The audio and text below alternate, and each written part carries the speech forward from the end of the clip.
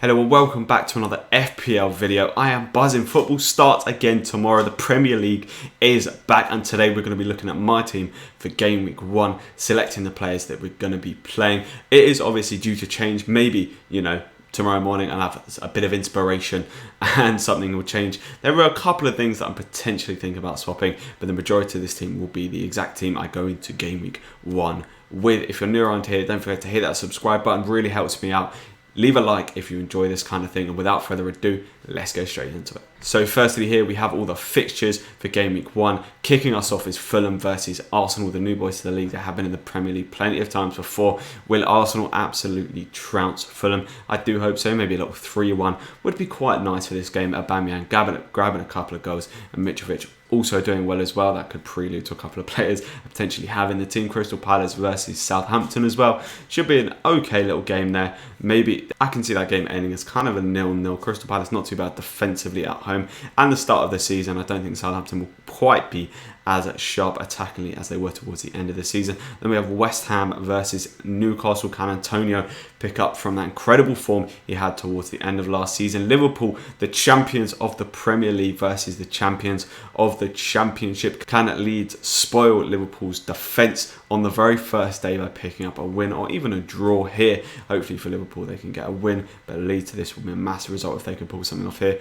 West Brom against Leicester. Leicester, with a couple of injuries in the defence, getting rid of players. West Brom always have been a very solid defensive side. However, I do expect Leicester to win this one here. Then we have Spurs versus Everton. I think this will be a nice little game. A lot of people backing the likes of Kane, backing the likes of Son to do well. We've also got Everton, who've made a couple of nice new signings. Allen, I do really like. Everton weren't too great defensively last season. However, before when they used to have Idrissa Gueye, their defence was much better. And Allen is a similar kind of player. He's good defensively and he's very good on the ball as well. So that signing could be key to them doing well this season. Then we have Brighton versus Chelsea. Chelsea, with all the new signings they've had, you could choose from any number of their attackers, are expected to do very well in this game against Brighton. And then of course finishing us off, we've got Sheffield United versus Wolves. I think Sheffield United will do pretty well, maybe not as well as they did last season, but they've showed that they can defend extremely well and there's no reason that they can't continue to be as good defensively. Yes, they've lost their goalkeeper Henderson, but Ramsdale's shown he can also do a good job as well, and it's mainly about the guys in front of him that are really going to be keeping those players out. So we move into the first bit of the team selection. We're looking at the defence. In goal, McCarthy. I've said this plenty of times before, easy selection for me. First 8 game weeks by far and away the best fixtures out of any 4.5 mil keeper or most keepers in general. They have very good fixtures, and if you can pick up 4 or 5 clean sheets with some nice bit of save points in there as well, that'd be absolutely wonderful. Trent, everyone's talked about Trent loads. I don't really need to go on about it anymore, but absolute staple in the team. Will probably be one of the only players who will actually be there from game week 1 through to game week 38 for me, unless he picks up an injury. Then we've got Egan against Wolves.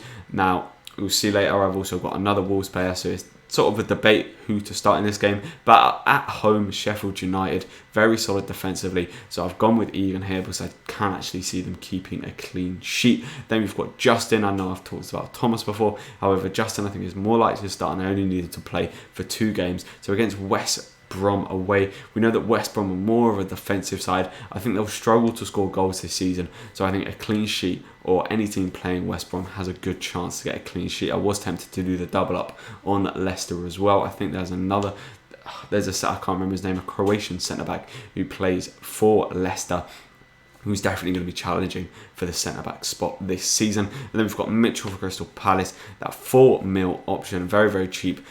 Definitely going to start, in my opinion. He's played most of the pre-season, and the players that could kind of fit in there have all been playing in the midfield. We saw Riedwald last season pick up a player a month at left back. However, he's been playing in the midfield slots alongside Mitchell and Schlott, the other one who could play that. However, when Patrick Van Aanholt comes back, he will go straight back into that team, so definitely something to consider there. Then we move on to the midfield, the big hitters: Havertz, Salah, Aubameyang and Son. This is where I'm expecting the base of my points. These are kind of my consistent players where I'm thinking this is where the kind of big points, where this will tick me up to a 40-50 points, and then let my differentials do the rest. Captaincy on Salah. It's quite an easy pick for me. A lot of people I know will go for Aubameyang, Fulham away. Salah's not had the best of pre-season. Aubameyang's looking extremely sharp. However, at home, I plan on captaining Salah most of the time because his form at Anfield is impeccable. He's going to be on penalties now. I know that Milner gets penalties as well over Salah when he's on the pitch. However, Milner,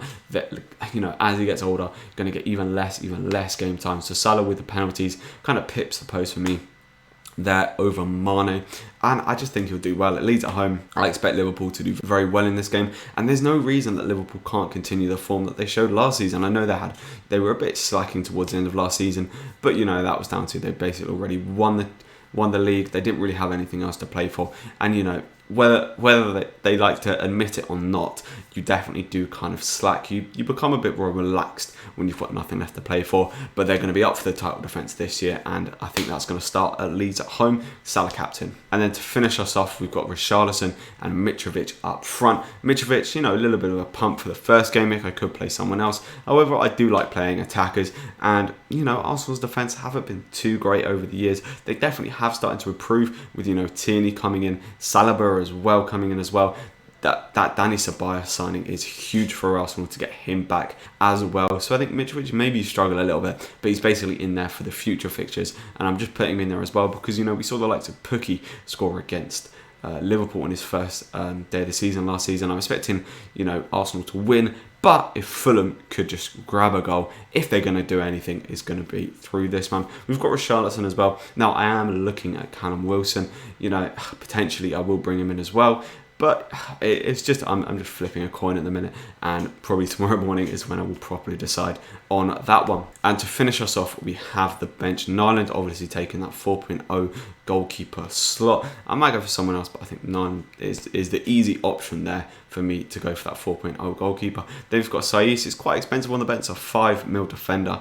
Benched, but for me that's just for future rotation. He won't be playing in Gameweeks 1 or 2, but then if you look at Wolves 3 to 7, his fixtures look incredible. So I'm basically just setting myself up there so I don't have to make any kind of transfers around. He's there, he's going to be playing, and it looks like a very good option for the future. And Armstrong as well, 5.5 million on the bench. And I could play Armstrong against Crystal Palace as well instead of Mitchell, do the double up on Southampton. However, I do feel like one of these sides is going to get a clean sheet. Maybe it will Southampton, maybe they'll win 1-0, or it could just end a 0-0 game. That's kind of what I'm predicting for this game, as I said. So I think I'd rather play Mitchell and McCarthy, just kind of cover both bases, and Davis as well. I'm still just listening out for the news on Brewster. We'll be waiting and see, but I can actually see myself changing to Brewster tomorrow morning as well. But yeah, this has been my team. If you've liked this video, please don't forget to hit that like, subscribe button, and I'll catch you in the next one.